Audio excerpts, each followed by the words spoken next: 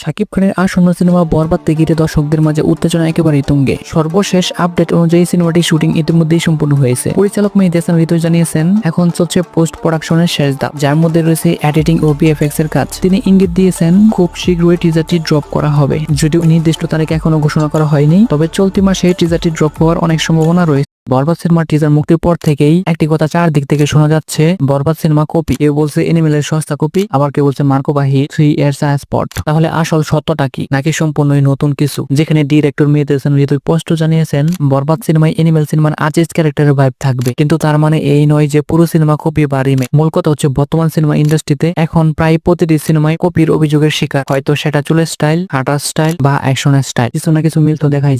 বরবাদ টিজারের কোন চমকপ্রদ দৃশ্য দর্শকদের মধ্যে আলোড়ন সৃষ্টি করেছে এবং গ্লোবাল বিতর্কের জন্ম দিয়েছে, আজকের ভিডিওতে জানানোর চেষ্টা করব। টিজারের শেষের দিকে দেখতে পাই শাকিব খান ইউপিএম অর্থাৎ ইউনিভার্সাল মেশিন পিস্তল, যা